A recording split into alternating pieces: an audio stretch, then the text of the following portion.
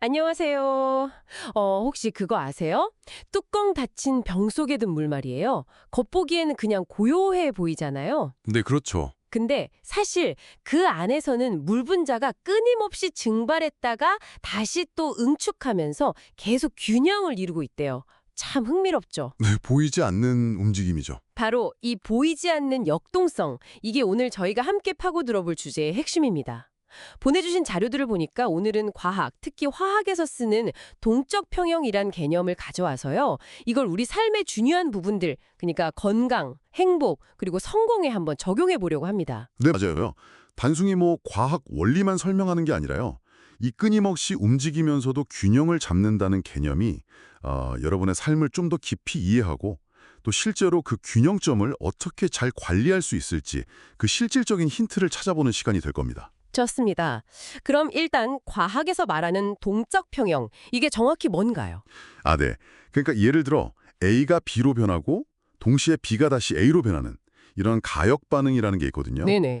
이 양방향으로 가는 속도가 똑같아진 상태, 그걸 동적 평형이라고 해요. 그래서 겉으로 보기엔 농도 변화도 없고 아무 일 없는 것 같지만 멈춘 것처럼 보이지만 그렇죠. 실제로는 내부에서 반응이 계속 활발하게 일어나고 있는 거죠.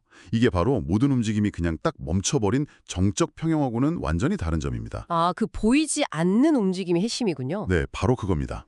화학 반응에서 온도나 압력 같은 외부 조건이 바뀌면 평형점이 이동하잖아요. 그렇죠. 그것처럼 보내주신 자료들을 보면 우리 삶의 건강, 행복, 성공이라는 것도 한번 딱 정해지면 끝, 이런 고정된 상태가 아니라는 거예요. 계속 변하는 거군요. 네, 외부 자극이나 우리 자신의 노력에 따라서 끊임없이 새로운 균형점을 찾아가는 그런 역동적인 과정이라는 걸 강조하고 있죠. 예를 들어 갑자기 실직을 한다거나 관계에 큰 변화가 생기면 그게 우리 삶의 평형점을 확 흔들잖아요. 맞아요. 그럴 때 새로운 균형을 찾으려고 엄청 애쓰게 되죠. 네, 그런 의식적인 노력이 필요하다는 걸 자료들이 보여주고 있습니다. 건강을 예로 들면 네, 단순히 병이 없다 이게 아니라 우리 몸이 항상성을 유지하려고 하는 거랑 비슷하겠네요. 정확합니다. 체온이나 혈당처럼요. 운동, 식단, 잠, 스트레스 관리 이런 여러 요소들이 서로 영향을 주면서 계속 미세 조정을 하는 과정인 거죠. 아, 맞다. 보내주신 노트 중에 보니까 이 항상성이 깨지면 만성 질환 위험이 어떻게 높아지는지 구체적으로 딱 짚어주셨더라고요. 네, 그 연결고리가 아주 중요합니다. 듣고 계신 여러분의 건강은 어떠신가요?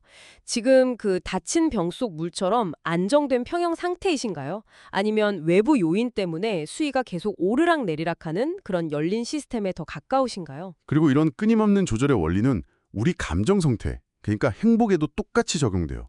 특히 그 보내주신 자료 중에 쾌락 적응이라는 부분, 그거 참 인상 깊었어요.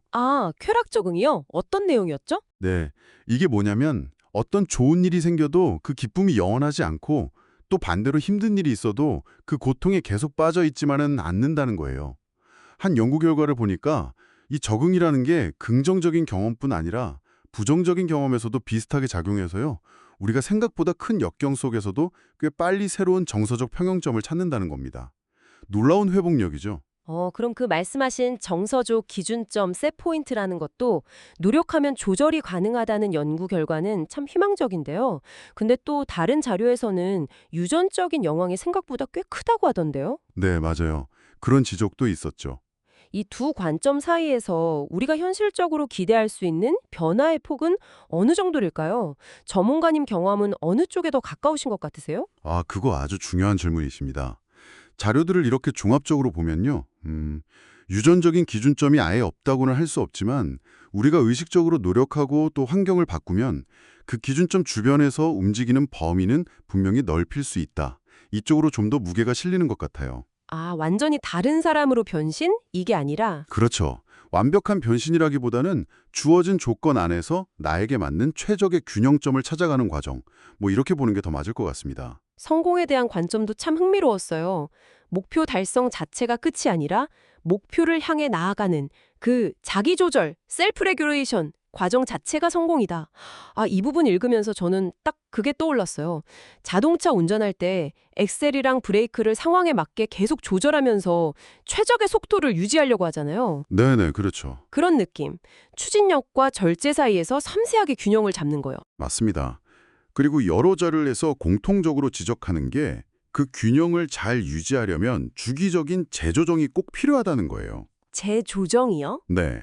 뭐 실패를 하거나 예상치 못한 변수를 만났을 때 그냥 좌절하고 멈춰버리는 게 아니라 목표를 좀 수정하고 전략을 바꿔서 새로운 평형점을 다시 찾아 나서는 거죠.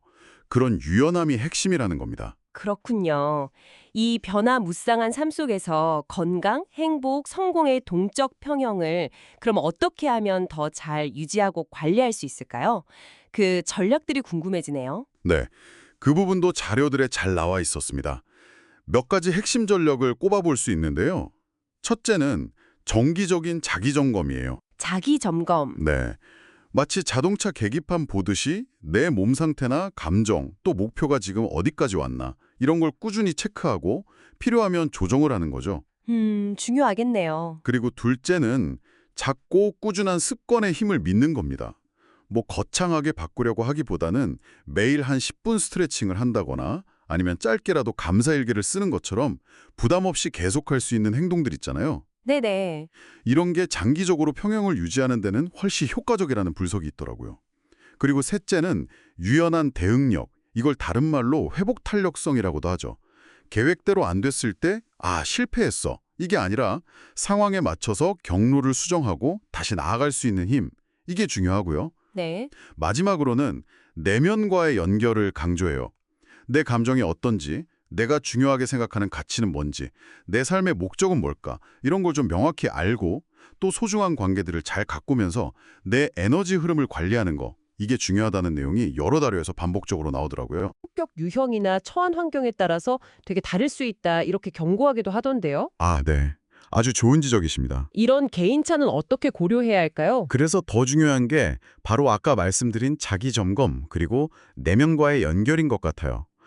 그러니까 보편적으로 좋다고 하는 전략들을 참고는 하되 결국 나한테 맞는 균형점이나 조절 방식은 내가 직접 탐색하고 실험하면서 찾아가야 한다는 의미겠죠.